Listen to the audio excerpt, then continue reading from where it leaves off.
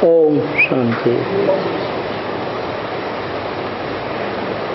प्रातः क्लास चल रहा था 10 जनवरी 1964 शुक्रवार।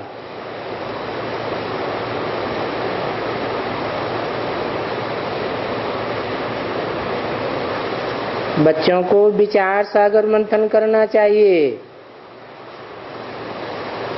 जबकि ज्ञान तुमको मिलता रहता है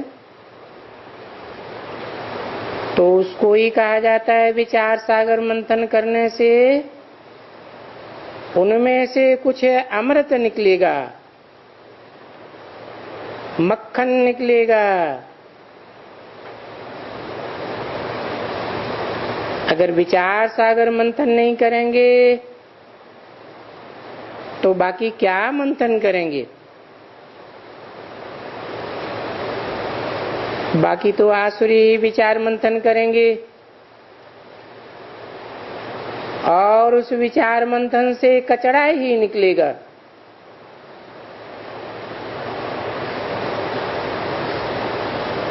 तुम स्टूडेंट ईश्वरीय हो और ये जानते हो कि बाबा हमको जो पढ़ाते हैं वो दुनिया में कोई नहीं पढ़ा सकता है, क्योंकि मनुष्य से देवता बनने की पढ़ाई सिर्फ बाप ही पढ़ाएंगे।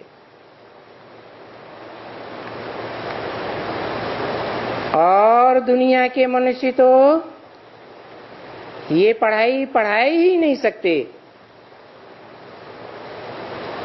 वो पढ़ाई पढ़ा करके इंजीनियर बनाएंगे, बैरिस्टर बनाएंगे, जज बनाएंगे,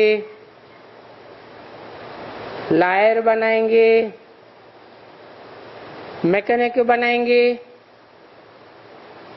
परंतु मनुष्य से देवता कोई नहीं बना सकते हैं।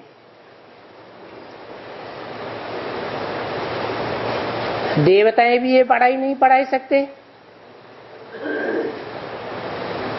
बाप पढ़ाएंगे, क्योंकि देवताओं को ज्ञान का सागर नहीं कहा जाता है। ज्ञान का सागर सिर्फ एक को कहा जाता है। दैवी गुणों उनमें होते हैं, ज्ञान से ही होते हैं, परंतु ये ज्ञान जो तुम बच्चों को अभी मिलता है वो सतयुग में नहीं होता है। पीछे इनका जो फल है राज करना और जो दैवी गुण धारण करते तो इनमें दैवी गुण हैं। तुम बरोबर इनकी महिमा करते हो, कहते हो सर्वगुण संपन्न, 16 कला संपूर्ण, संपूर्ण हिंसक, मर्यादा पुरुषोत्तम, ऐसे गाते हो ना। तो तुमको भी तो ऐसा ही बनना होता है ना। तो अपने से पूछना चाहिए मेरे में सभी दैवी गुण हैं या कोई आसुरी गुण भी है? आसुरी गुण है तो निकाल देना चाहिए। निकालते रहेंगे तभी देवता बनेंगे। अगर नहीं निकालते हैं तो भले देवता बनते हैं परंतु कम दर्जे के। जैसे मनुष्यों को कहते हैं ये कम दर्जे का मनुष्य है।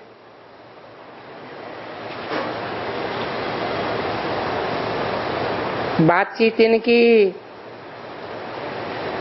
इससे मालूम पड़ता है ये कम दर्जे के मनुष्य हैं। अभी तुम तो दैवी गुण धारण करते हो। तुम जानते हो कि तुम बहुत अच्छी अच्छी बातें सुनाते हो। ये भी जानते हो कि हम उत्तम दर्जे के बनने वाले हैं। इस संगम युग को कहा ही जाता है पुरुषोत्तम संगम युग, अर्थात पुरुषों में जो उत्तम है उनको पुरुषोत्तम कहा जाता है, और पुरुषों में उत्तम तो नारायण को ही कहा जाता है ना। तो पुरुषोत्तम नारायण का संगम युग है। सतयुग में भी नारायण तो होंगे, परंतु उनको पुरुषोत्तम नहीं कहेंगे। पुरुष शरीर को कहा जाता है। पुरुष अर्थात शरीर रूपी पुरी में शयन करने वाला आत्मा, और आत्माओं में उत्तम पार्ट बजाने वाला हीरो पार्टधारी, उनको कहा जाता है पुरुषोत्तम। उनका ये युग है पुरुषोत्तम संगम युग, क्योंकि तुम पुरुषोत्तम बन रहे हो और अच्छे दर्जे के बन रहे हो। तो तुम्हारा वातावरण अच्छा होना चाहिए, तभी तुम अच्छे दर्जे के कहने जाएंगे। तुम्हारा वातावरण, तुम्हारा वाइब्रेशन अच्छा होगा तो जो तुम्हारी बात सुनेगा, जो तुमको देखेगा, तो उसकी बुद्धि में बैठेगा कि पुरुषोत्तम बनाने वाला बाप जरूर आया हुआ है। छी मुख से निकले, जिसको झगड़ा टंटा कहा जाता है, तो कहा जाएगा ये कम दर्जे का मनुष्य है। तो ये वातावरण से ही मालूम हो जाता है। मुख से वचन निकले, फिर भी देखते हैं किसको दुख देने वाले हैं, तो ये कम दर्जे का मनुष्य है। उत्तम दर्जे का मनुष्य बनना है। ये जो पुरुषोत्तम युग है उनमें ये उत्तम नहीं बनते हैं। देखो पुरुषार्थ करने वाले कितने होते हैं, परंतु उत्तम नहीं बनते हैं। कितना कम दर्जे में चले जाते हैं। तो बच्चों को फिर चाहिए उत्तम दर्जा बनने के लिए, क्योंकि बाप का नाम भी तो बाला करना है ना। यहाँ बहुत आते हैं, बाहर से भी आते हैं। अब कम दर्जे का मनुष्य होगा तो कुत्ते जैसा काट देगा,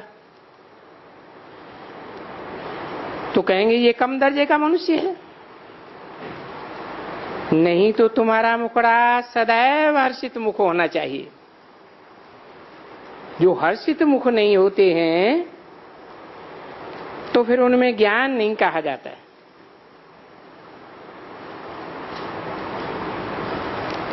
जैसा जैसा हर्षित मुख, क्योंकि तुम्हारे मुख से रतन निकलने का है। देखो इनके मुख से रतन निकलते निकलते कितना हर्षित मुख हो गए। इनके मुख से लक्ष्मी नारायण के चित्र की तरफ इशारा किया।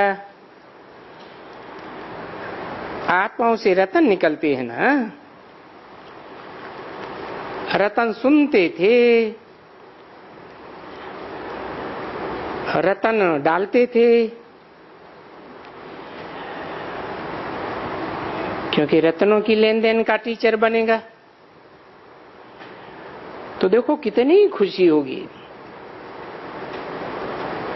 फिर क्या खुशी होती है, ये ज्ञान के रतन जो हम लेते हैं, ये रतन फिर सच्चे रतन बन जाते हैं। ये हीरे मोती जवाहरात बन जाते हैं। ये नवरत्न की माला कोई हीरे वीरे की माला थोड़ी ही होती है। वो कोई हीरो पाटधारी नहीं होते हैं, वो तो जड़ रत्न है। नहीं, ये रत्नों की माला है, चैतन्य रत्न है। कोई उन जड़ रत्नों की नहीं है। मनुष्य तो ये रतन समझकर अंगूठियां वगैरह पहन लेते हैं। बाकी वो रत्नों की माला तो सभी संगम युग पर मिलती हैं। वो जो रत्न हैं वो थोड़े ही हैं, और ये सच्चे रत्न तो थोड़े बनते हैं। उनका थोड़े ही कोई माला वगैरह या जेवर बनता है।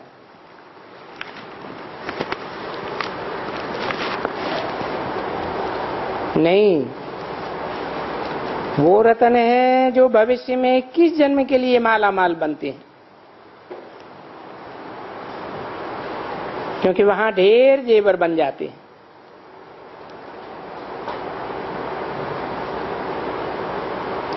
दस जनवरी 1964 की वाणी का 3रा पेज। हीरे जवाहर मोती वहां कोई लूट तो सकते नहीं है। यहां तुम ये रत्न पहनो तो तुम बच्चों को कोई लूट ले जावे। तो अपन को बहुत बहुत समझदार बनाना चाहिए, क्योंकि जो कोई भी आसुरी गुण जिनमें होते हैं, वो आसुरी गुण जब निकलते हैं तो उनकी शिकल ही ऐसी हो जाती है। अभी देखो, क्रोध है, तांबे जैसा हो जाता है। उस समय में ऐसी शिकल हो जाती है। कोई क्रोधी को देखा है? कोई बहुत क्रोध करता है तो उनकी शिकल तांबे जैसी लाल हो जाती है ना। और काम विकार तो मशहूर है, जो काला बनाए देता है, जैसे कृष्ण को काला बनाए दिया। ये कृष्ण को काला क्यों बनाए दिया है? क्योंकि जब सांवरा था तो फिर विकार के कारण काला बनाई दिया। माना पुरुषार्थी जीवन में काला था या गोरा था? क्या था? कृष्ण। राम को भी काला दिखाते हैं। क्यों काला दिखाते हैं? पुरुषार्थी जीवन में काले थे या गोरे थे? हैं? काले थे। गोरे होते तो पुरुषार्थ करने की दरकार होती ही नहीं। तो बच्चों को हर एक बात का विचार सागर मंथन बैठ करना चाहिए कि हमको क्या बनना है। तो एकांत में पढ़ाई चाहिए ना। वो तो पाई पैसे की पढ़ाई है। एक जन्म भी पूरा काम में आवे ना आवे, हद के मनुष्यों के द्वारा पढ़ाई हुई है। ये तो बेहद का बाप बैठ पढ़ाते हैं। ये पढ़ाई बहुत धन देती है। तो पढ़ाई जो बहुत ऊंची है तो उसमें बहुत अच्छा अटेंशन देना चाहिए। तुमने सुना होगा कि क्वीन विक्टोरिया का जो वजीर बना था कितना गरीब था।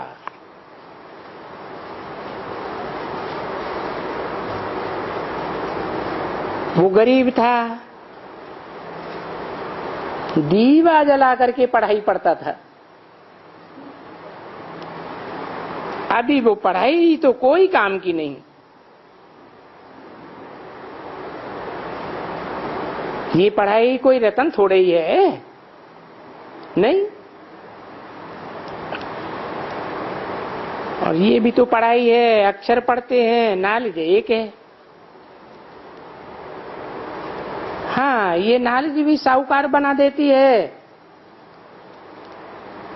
बड़ा पोजीशन बनाई देती है, परंतु एक जन्म के लिए देह की पढ़ाई है या आत्मा की पढ़ाई है? वो तो देह की पढ़ाई है। देह एक जन्म चलेगी या जन्म जन्मांतर चलेगी? एक जन्म चलेगी। और देह का पोषण करने वाली जो आत्मा है, उसका कनेक्शन तो 84 जन्मों से है।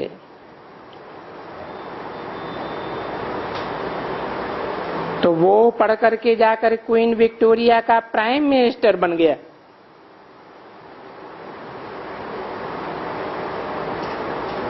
वो हद की पढ़ाई पढ़ने से ऐसा बन गया। बेचारे के पास था तो कुछ भी नहीं, तो पैसा तो काम नहीं आया ना, न पढ़ाई काम में आई। पैसा नहीं था, तभी तो उनका गाया जाता है। हिस्ट्री में है कि दीवा जलाकर पढ़ते थे। आगे तो बिजलियां ही बिजलियां थीं। बहुत पहले नहीं थी, फिर भी उसने पढ़ाई तो की। ये पढ़ाई भी तो धन है ना, परंतु वो है हद का धन। और ये फिर इनकी मुरली में है बेहद का धन। हद की पढ़ाई और बेहद की पढ़ाई है, दोनों ही पढ़ाई। सो भी समझ सकते हो कि बरोबर ये पढ़ाइयां हैं। वो पढ़ते हैं अल्पकाल क्षण भंगुर सुख के लिए। वो भी कोई पक्का नहीं कि वकालत की पढ़ाई पढ़ने वाले को अल्पकाल का सुख भी मिले या न मिले, वकील बने या न बने। तो उस जन्म के लिए ही कहेंगे। पीछे दूसरे जन्म में तो वो पढ़ाई काम में नहीं आवेगी। फिर नए सिरे स्कूल में पढ़ो, कहां भी जाकर के कोई भी स्कूल में पढ़ो। और ये जो तुम ब्राह्मण पढ़ाई पढ़ते हो, अगर शरीर छूट भी जावे तो इस पढ़ाई की विशेषता क्या है?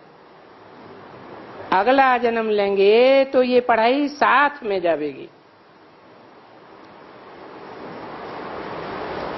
ये धन कमाने के लिए वहां कोई पढ़ाई पढ़ने की दरकार ही नहीं होती है। बच्चों को तो अति चार धन मिल जाता है, ढेर का ढेर, क्योंकि ये अविनाशी पढ़ाई है ना। तो पढ़ाई धन है। चाहे हद की पढ़ाई हो तो हद का धन मिले, बेहद की पढ़ाई है तो बेहद का 84 जन्मों का जन्म धन मिल सकता है। तो वो धन अविनाशी बन जाता है। 21 जन्मों के लिए तो पक्का है। फिर 21 जन्म के बाद 21 जन्मों की प्राप्ति के आधार पर 63 जन्मों का भी हिसाब बन जाता है।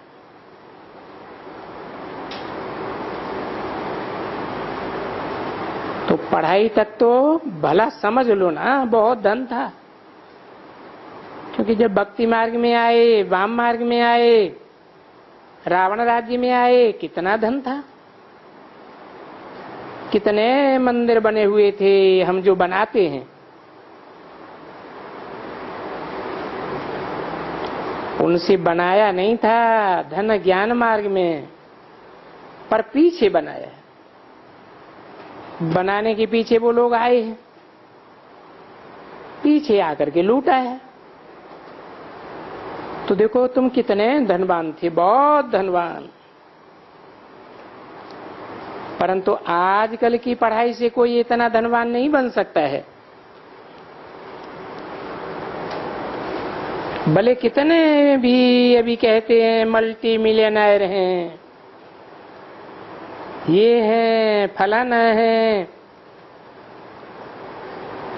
क्योंकि सो भी सिर्फ राज्य के लिए नहीं बनते हैं, न राज्य के लिए गाते हैं, नहीं, या इंडिया के लिए तो बहुत गाते हैं, आगा खाता है। ये जो बड़ौदे में सेंटर है ना, बड़ौदे के लिए भी लिखता है अखबार में, one of the richest in the world. अभी तो तुम बच्चे जान गए हो कि हम वो पढ़ाई पढ़ते, इसको मुरली कहा जाता है। और मुरलियां कितनी हैं। अभी कृष्ण तो मुरली बजाना जानते ही नहीं है।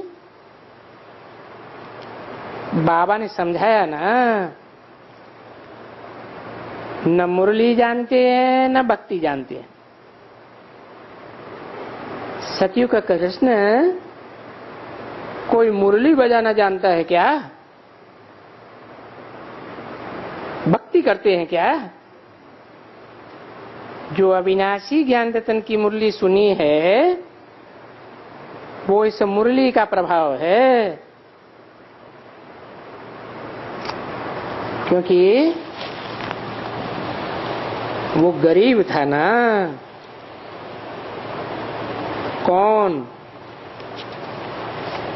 कौन था गरीब? अरे किसकी बात हो रही है? हैं? कृष्ण की आत्मा की बात हो रही है ना। सतयुग में प्रारब्ध पाया। कौन सी पढ़ाई से? अभी संगम युग की पढ़ाई से सतयुग में प्रारब्ध पाया। किसने? है? कृष्ण ने। कौन सी पढ़ाई पढ़ी है? और गरीब कब था? है? किसकी बात है?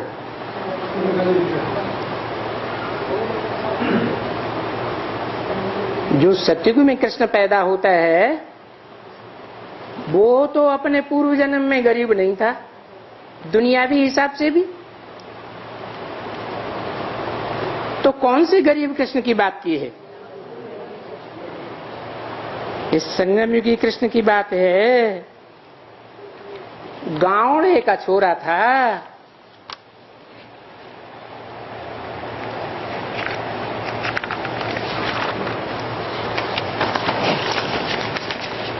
हैदराबाद गावड़ा है?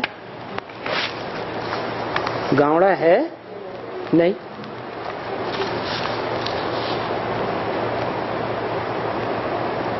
बेचारा अंतिम जन्म में गावड़े का छोरा जाकर बना। 10 जनवरी 1964 की वाणी का चौथा पेज। अभी विचार करो, जैसे बाबा ने बालवेन ने क्या सुनाया, विक्टोरिया का वजीर कि बेचारा गरीब था, पढ़ाई पढ़ कर के प्राइम मिनिस्टर बन गया। भले हद की पढ़ाई भी पढ़ी, पुरुषार्थ तो किया ना। एक जन्म की पढ़ाई प्राप्ति की कितनी बड़ी प्राप्ति हो गई। अभी भारत देखो, भारत का क्या हाल है। भारत कितना गरीब है, और गरीब को ही तुम देखते हो।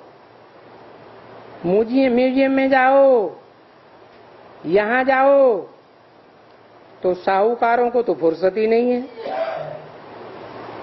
उनको वो अपना अहंकार है, देह अभिमान है, मैं फलाना हूं,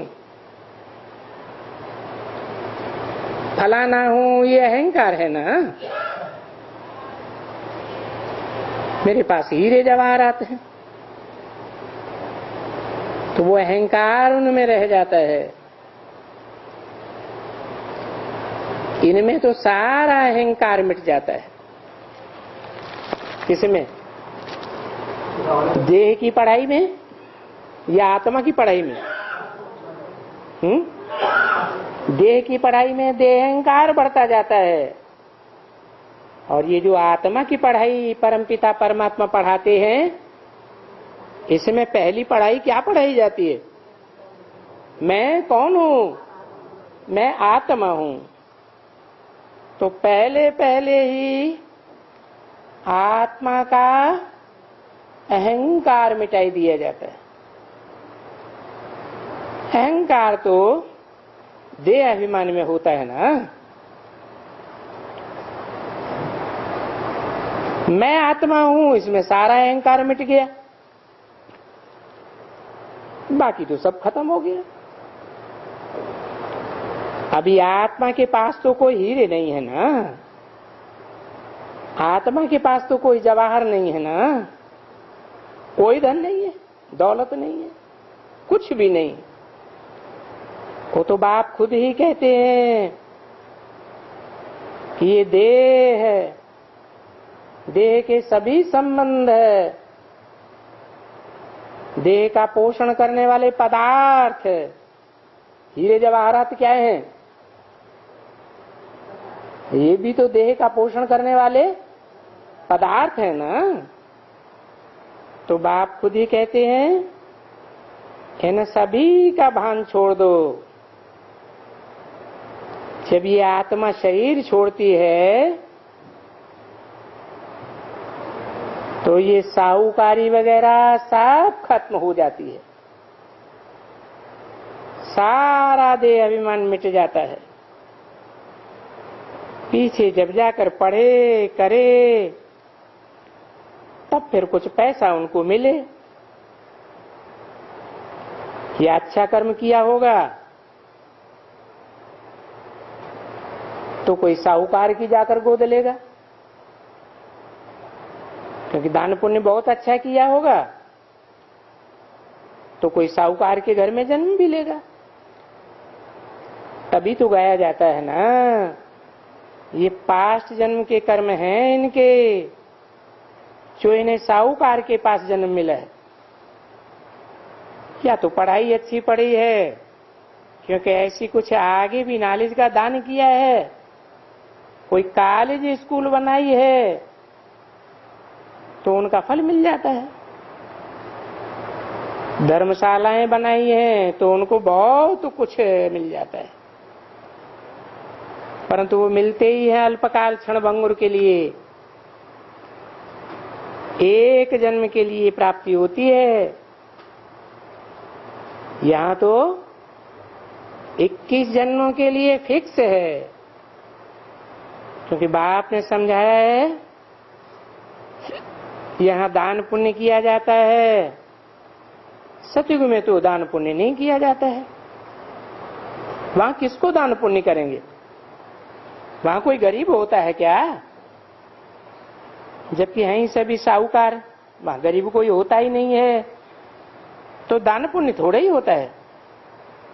इसलिए जो भी कर्म करते हैं तो अच्छे ही कर्म करते हैं, क्योंकि उनको पहले ही वर्षा मिला हुआ है।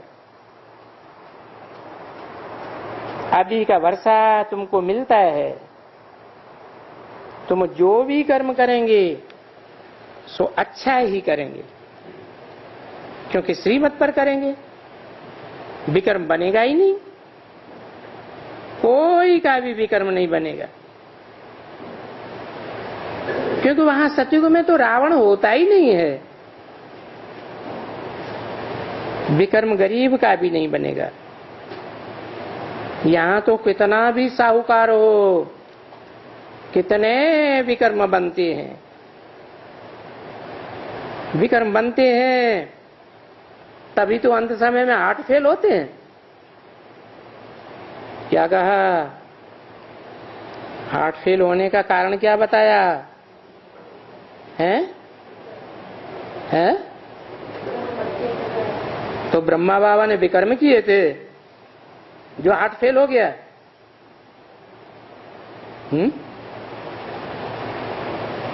अरे कोई ब्राह्मण ये सिद्ध करेगा कि ब्रह्मा बाबा ने विकर्म किए थे? सिद्ध करेगा? कह सकता है कोई?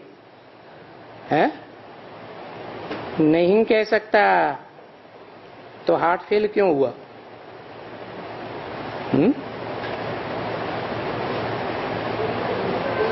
कर्म तो किए।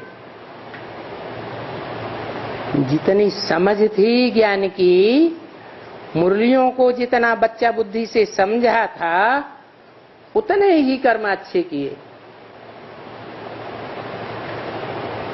मुरली को जो ठीक से समझा ही नहीं। मुरली में बाप की पहचान है या नहीं है? है या नहीं है? तो उनको बाप की पहचान थी? बाप की पहचान नहीं थी। आत्मा का बाप शिव ज्योति बिंदु है, उसकी पहचान नहीं थी। है? अरे वो ज्योति बिंदु बाप को याद नहीं करते थे, फिर ऐसे कैसे कहते कि उनको बाप की पहचान नहीं थी? है? हाँ, आत्मा सिर्फ ज्योति बिंदु है, परम धाम में जड़वत होती है। आत्मा अकेले कुछ नहीं कर सकती जब तक शरीर धारण न करे। तो शिव बाप ने कौन सा मुकर्रर रथ धारण किया था, इस बात की उनको जानकारी नहीं थी।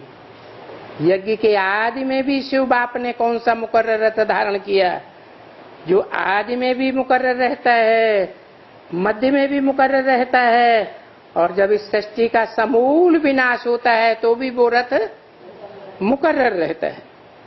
उस रथ की उनको जानकारी नहीं थी। बाप की ही पहचान नहीं तो सारा ज्ञान कैसा हो गया? बेकार हो गया, क्योंकि बाप से ही सारा वर्षा मिलता है। तो विकर्म बनते हैं ना समझी के कारण। बीमारी सीमारी वगैरह ये सभी होता है। ये कर्म विकर्म बन जाते हैं क्योंकि विकार में जाते हैं ना। है? ब्रह्मा बाबा विकार में जाते थे? हाँ? अरे विकार में जाते थे या नहीं जाते थे? अरे चुप। सारा बेसिक ज्ञान एडवांस ज्ञान सारा गुप्त। अरे विकार में जाते थे या नहीं जाते थे? या हाँ या ना? नहीं जाते थे। अच्छा, बच्चों को गोद में लेते थे या नहीं लेते थे? इंद्रियां फुल कंट्रोल में थी या नहीं थी? कर्मेंद्रिय जीत थे या नहीं थे? अरे ये डबल बातें क्यों?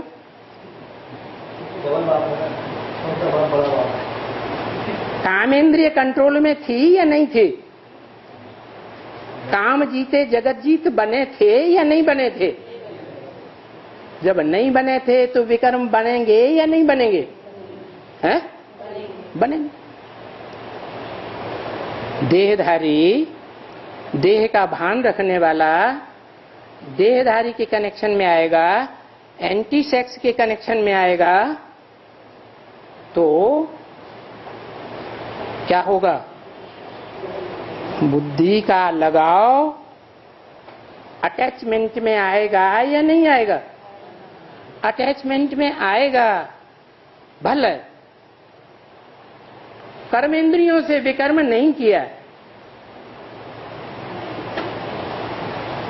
काम विकार के फोर्स में आकर, जैसे सब पुरुष जिन्हें दुर्योधन दुशासन कहा है वो विकर्म करते हैं, विपरीत कर्म करते हैं दुख देने का, वो नहीं किया। लेकिन क्या मनसा में जब उत्तेजना बढ़ जाती है तो डिस्चार्ज होता है या नहीं होता है? हैं? गोद में लेने से भी डिस्चार्ज होगा या नहीं होगा? डिस्चार्ज होता है। स्त्री जाति का भी होता है, पुरुषों का भी होता है। तो शक्ति क्षीण हुई या नहीं हुई? शक्ति क्षीण होने को ही पतन कहा जाता है, पतित कहा जाता है। यादगार शिव के मंदिर में रखी हुई है, जलाधारी में शिवलिंग रखा हुआ है, क्या पतित होता है? हैं? शक्ति क्षीण होती है उसकी? नहीं होती, तभी तो पूजा जाता है। नहीं तो क्यों पूजा जाता है शिवलिंग? है? नहीं, बाप की तो उनको पहचान ही नहीं थी। यज्ञ के आदि में जो बाप का पार्ट बजाया, ज्ञान का बीज बोने वाला बाप, उसकी तो उनको पहचान अहंकार के कारण नहीं हुई। क्या अहंकार है? नहीं, उनका ये अहंकार था, ये जो भागीदार है ये तो मेरे दुकान में मेरा नौकर था, मैनेजर था। क्या था? नौकर था। तो नौकर उसको गुरु मानेंगे क्या? नहीं मान सकते। तो ये देह के अहंकार ने उनसे विकर्म करा दिया। इतना बड़ा विकर्म बनता गया कि अंत में जिसका अंजाम क्या हुआ? हार्ट फेल हो गया। तो विकार में जाते हैं तो विकर्म बन जाते हैं, विकारी कर्म बन जाता है। यानी जो भी कर्म करते हैं वो विकर्म बन जाते हैं। गोद में लेना करना ये भी कर्म है या नहीं है? कर्म तो है। फिर अगर उसमें शक्ति क्षीण हो जाए तो विपरीत कर्म हुआ या श्रीमत के अनुकूल हुआ? विपरीत कर्म हो गया। वहां सतयुग में तो विकार में नहीं जाते हैं, विकार में ही नहीं जाते हैं तो विकर्म कैसे बनेंगे?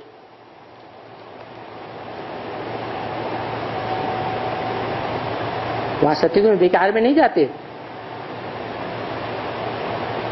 देवी देवताएं जैसे राधा की दृष्टि कृष्ण में डूबती है,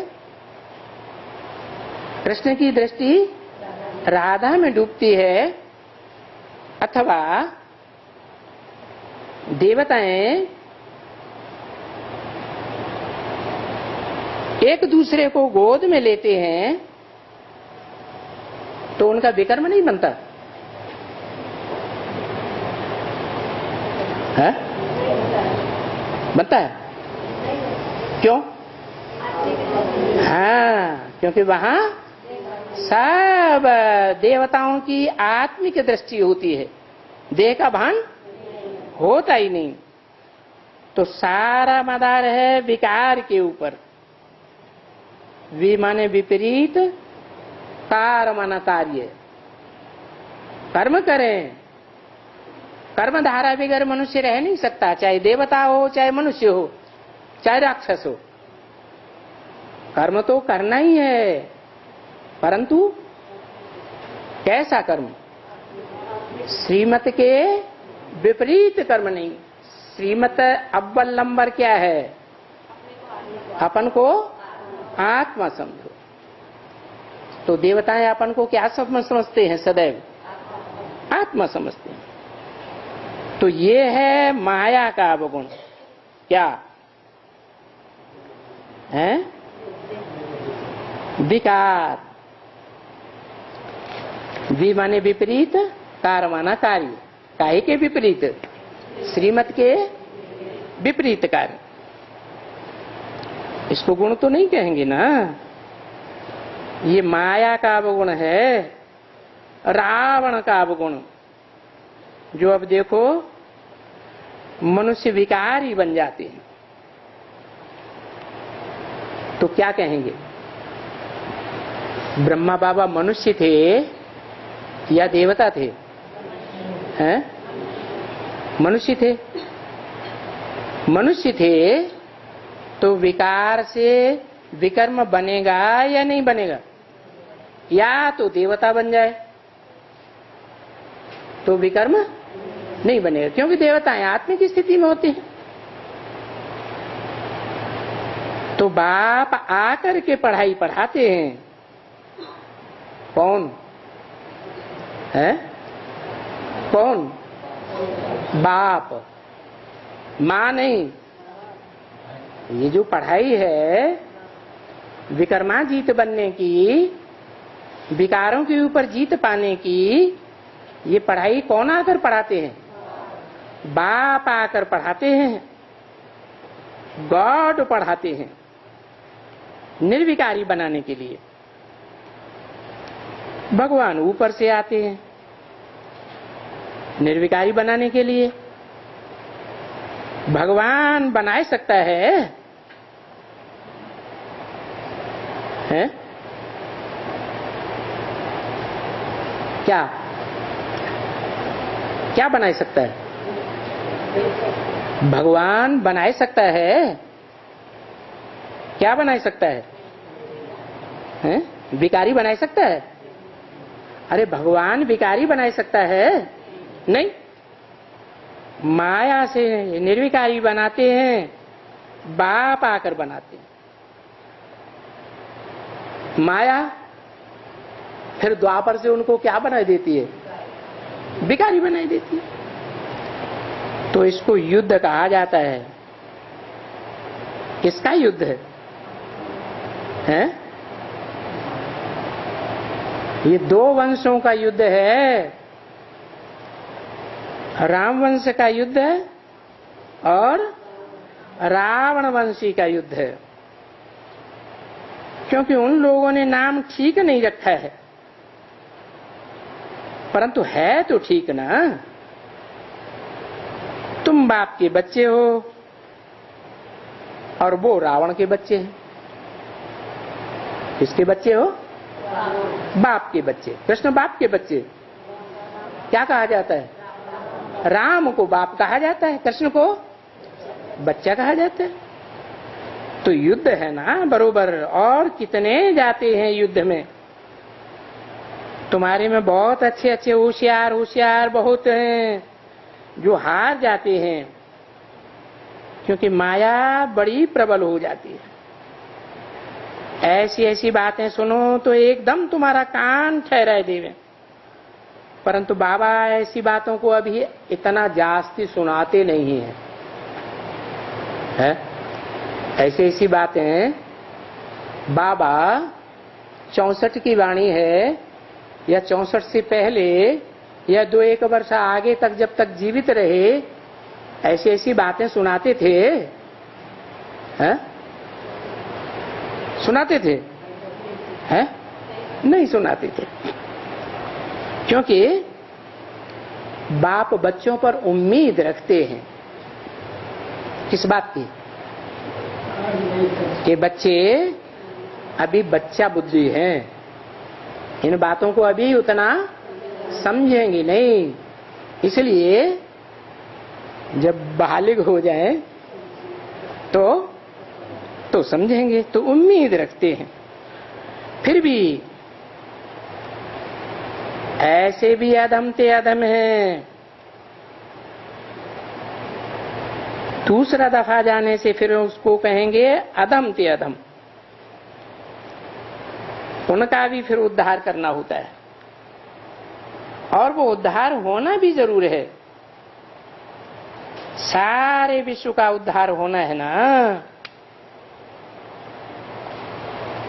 सिर्फ भारत का तो उद्धार नहीं होना है। उद्धार माने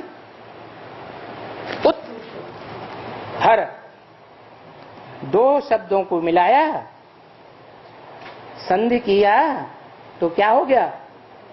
उत माने ऊपर, हर माने हरण करके ले जाए, तो क्या हो गया? उद्धार। तो दो प्रकार की आत्माएं हैं, एक उद्धार मूर्त और दूसरी उदाहरण मूर्त। उद्धार मूर्त है बीज रूप आत्माएं, जो खुद भी आत्मिक स्थिति में स्थित होकर बीज रूप में स्थित होकर के कहाँ जाती है? नीचे जाती है या ऊपर जाती है? ऊपर जाती है, और दूसरों को भी, हाँ, जिनके संग के रंग में आते हैं वो भी ऊपर जाते हैं। तो बीच में गिरते गिरते तो बहुत हैं और ढेर गिरते हैं, एकदम चट्ट खाते में चले जाते हैं। 10 जनवरी 1964 की वाणी का 5वां पेज। भले अच्छे अच्छे जो सेंटर के हेड होकर के बन जाते हैं, वो भी अधम ते अधम बन पड़ते हैं। इसको अधम ते अधम कहते हैं, जो अधम से अच्छा बन करके फिर अधम बन जाते हैं। क्या अधम ते अधम किसको कहा जाता है? जो अच्छे बनते हैं और फिर नीचे गिर जाते हैं।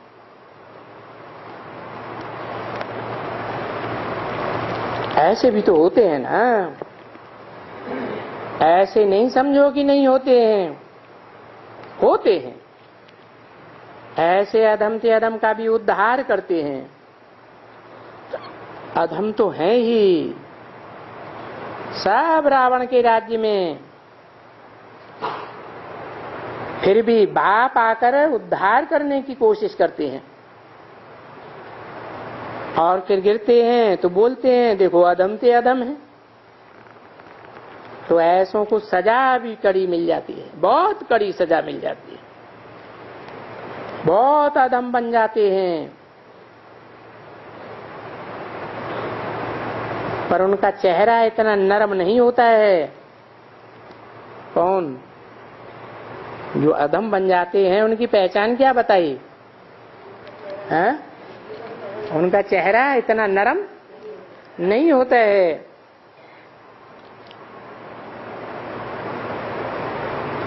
वो अधमपना आता रहता है और फिर उनको खाता रहता है।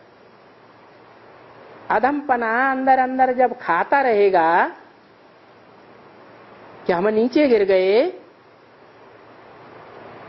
बार बार खाता रहता है, तो उसकी निशानी चेहरे पर आती रहेगी या नहीं आती रहेगी? आती रहती है। तो चेहरा उतना नरम नहीं रहता है। जैसे तुम बच्चे कहते हो ना, अंतकाल जो स्त्री सुमिरे, तो सुमिरन होता रहता है ना। सारा जीवन जो सुमिरन होता रहेगा, अंत समय में क्या होगा? वो ही याद आ जाए, फलाना फलाना सिमरन किया। फिर वो अधम ते अधम क्या सुमिरेंगे? जो ऊंचा चढ़ करके फिर नीचे गिर जाते हैं, उनकी बुद्धि में क्या आएगा? है? क्या आएगा? है? नीचे चढ़े, इंचार्ज बना दिया गया, किसी बड़े सेंटर के इंचार्ज बन गए, फिर अधम काम कर लिया, तो उनको क्या याद आता रहेगा? हैं? अरे बड़प्पन याद आएगा, नीचे गिरना बार बार याद आएगा। उनकी बुद्धि में वो ही अधमपना याद आता रहेगा कि हम नीचे गिरे हैं। तो फिर उनका भी उद्धार करता हूं, फिर वो भी सतयुग में तो आ जाएंगे ना। तो बाप बैठकर बच्चों को ये सभी नई बातें समझाते हैं। जो फिर कल्प के बाद सुनते हो। भक्ति मार्ग में ये सभी बातें होती ही नहीं है, ज्ञान ही नहीं है ये षष्ठी चक्र का कैसे फिरता है। तो फिर इन बातों को जानवर सुनेंगे क्या? मनुष्य तो सुनेंगे ना।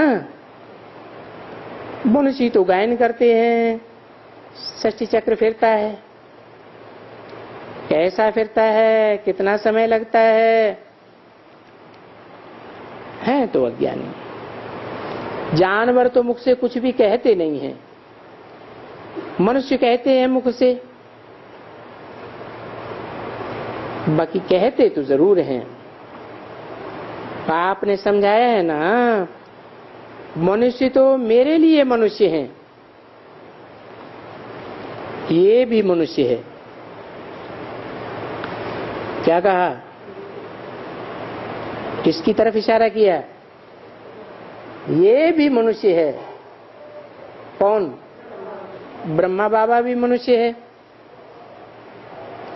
मेरे लिए मनुष्य है क्या मतलब है? मनुष्य मेरे लिए हैं, ये किसने कहा? अरे शिव बाप ने कहा ना। तो मेरे लिए मनुष्य हैं ऐसे क्यों कहा? क्योंकि मैं जो पढ़ाई पढ़ाता हूं, किसको पढ़ाता हूं? जानवरों की मकोड़ों को पढ़ाता हूं क्या है? किसको पढ़ाता हूं? मनुष्यों को ही तो पढ़ाता हूं। तो मनुष्य मेरे लिए है। प्रश्न को क्या कहेंगे? दैवी गुण वाला मनुष्य होने के कारण उनको देवता कहा जाता है। फिर भी है तो मनुष्य ना, दूसरा कोई फर्क तो नहीं है। सामने देखो, इनको तन भी है, नाक भी है, कोई फर्क थोड़ी ही है। ये भी मनुष्य, तुम भी मनुष्य। तो अभी तुम बच्चों को मालूम पड़ा कि ये देवता कहने वाला ये कैसे बन सकते हैं? फिर बनते हैं तो फिर कैसे गिरते हैं? ये सभी तुम बच्चों को अच्छी तरह से मालूम हो गया है।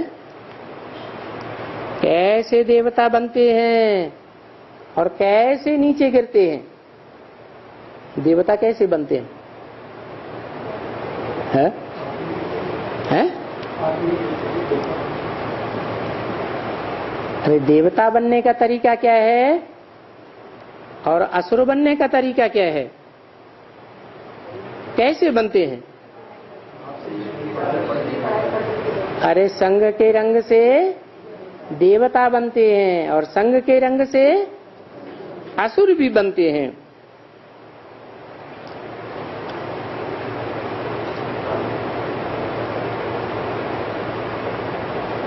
आज की दुनिया में भी पढ़ाई पढ़ाते हैं, डॉक्टर बनाते हैं, वकील बनाते हैं, तो किसका संग लेना पड़ता है? डॉक्टर और वकील का संग लेना पड़ता है ना, कि बिना संग के बन जाते हैं? नहीं बन सकते। तो देवता कैसे बनेंगे? देवता बनाने के लिए भी किसका संग लेना पड़े? देवता का ही संग लेना पड़े। फिर भगवान की जरूरत नहीं है, हैं? अरे भगवान की जरूरत है या नहीं है? कैसे है? अरे वकील वकील बनाएगा, डॉक्टर डॉक्टर बनाएगा, इंजीनियर इंजीनियर बनाएगा, और देवता देवता ही बनाएगा। तो भगवान किस खाते में गया? भगवान सिर्फ भगवती बनाता है। भगवान सिर्फ भगवती बनाता है, भगवान नहीं बनाता। भगवान भगवान भगवती बनाता, और वो भगवान भगवती एक बनता है या सब बनते हैं? भगवान भगवती एक ही बनता है, परंतु भगवान भगवती वास्तव में कहना रॉन्ग है या राइट है? राइट है। समझाने के लिए केवल भगवान क्योंकि गलती बात है ना। भगवान जो है वो कभी दो नहीं होते हैं। भगवान एक अकेला है। ये सिर्फ समझाने के लिए कहा जाता है कि भगवान आकर आप समान भगवान भगवती बनाते हैं। वास्तव में गॉड इज वन। कि गॉड दो, गॉड इज वन। तो बताया कि गिरते भी हैं संग के रंग से और देवता भी बनते हैं संग के रंग से। तो फिर देवता कैसे बनते हैं? हाँ, कोई एक पेयर है जो भगवान भगवती कहा जाता है, लेकिन वास्तव में वो भगवान भगवती है या देवी देवता है? हैं? और बड़ा देवी देवता है या छोटा देवी देवता है? तो बड़ा देवी देवता को क्या नाम देते हैं? नहीं, नाम देते हैं महादेव महादेवी। क्या नाम देते हैं? महादेव महादेवी। तो उनके संग के रंग से क्या बनते हैं फिर? देवी देवता बनते हैं।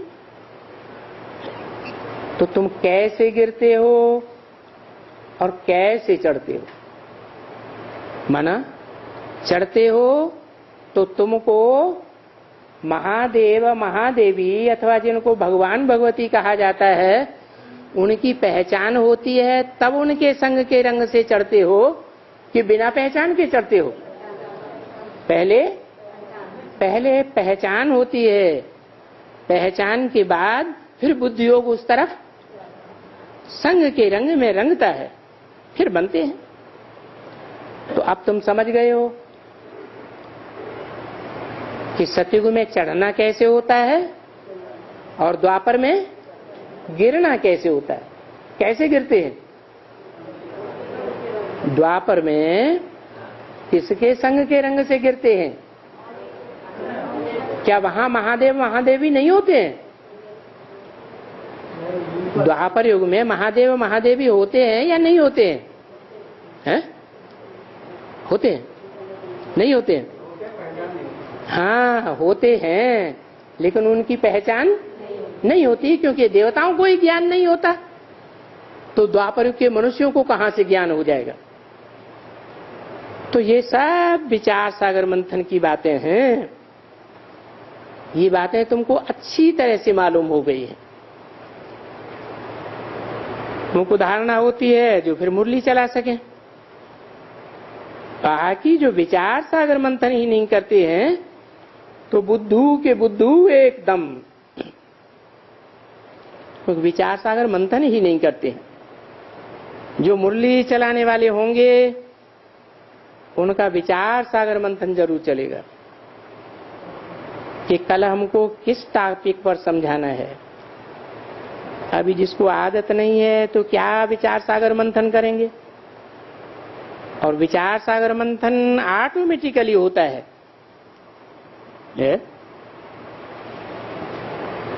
विचार सागर मंथन करने की प्रैक्टिस करनी है या विचार सागर मंथन ऑटोमेटिकली होता है?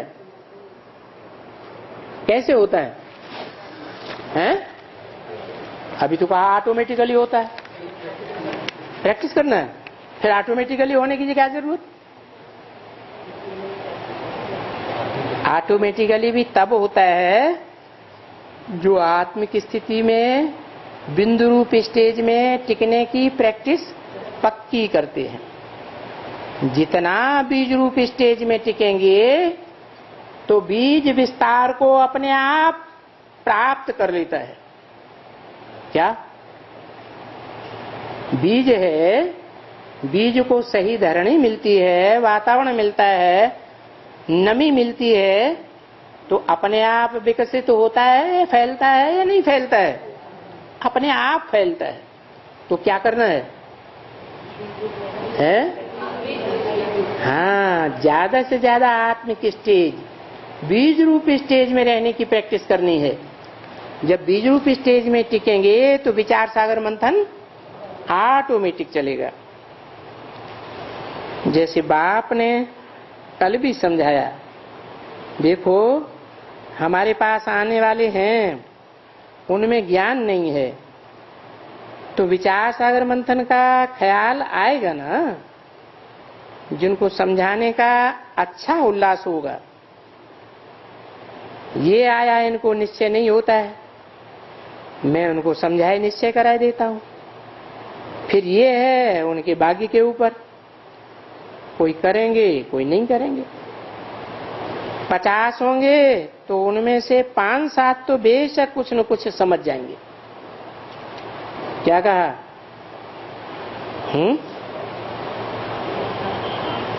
कुछ न कुछ समझ जाएंगे या 10 समझ जाएंगे, बाकी 20-25 भी समझ जाएंगे और कोई नहीं समझ सकेंगे। वो भी उम्मीद रखते हैं कि अभी नहीं समझते हैं, चलो आगे चल करके समझेंगे। आगे चल करके क्यों समझेंगे, अभी क्यों नहीं समझते हैं? अभी इसलिए नहीं समझते कि ज्ञानियों का झाड़ छोटा है या बड़ा है।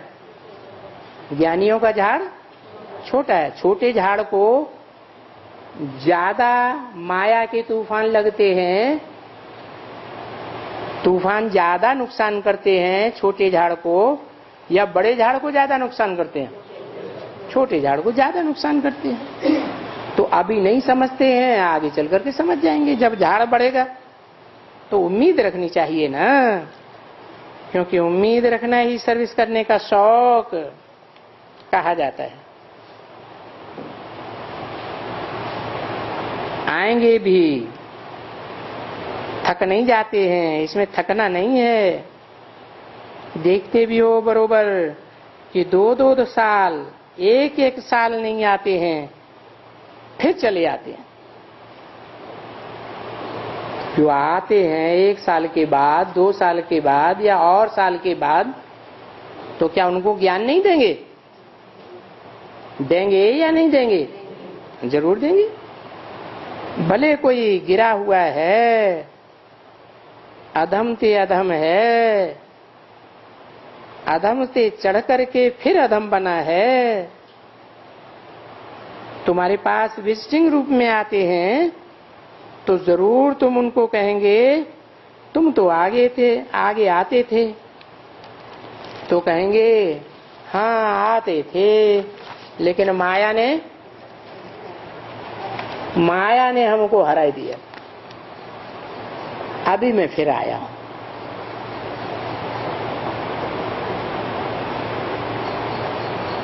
तो ऐसों की भी सेवा करनी है। क्या वो फिर आएंगे नहीं जो चले गए हैं? हैं? क्यों आएंगे? क्योंकि हट्टी एक ही है दुनिया में। सबकी गति सदगति की हट्टी एक ही है। बेचारे जाएंगे कहां? बोलेंगे हराए लिया तो भाग जाओ, ऐसे बोलेंगे क्या? हैं? तुमने हरा लिया तो अब भाग जाओ, बोलेंगे? नहीं। ऐसे बहुत ढेर आते हैं, ढेर के ढेर आते रहेंगे।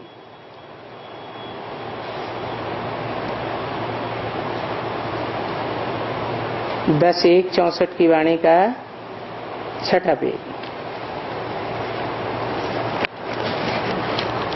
वो खुद भी कहते हैं मैं आता था, ज्ञान लेता था, फिर मैंने हरा लिया, छोड़ दिया।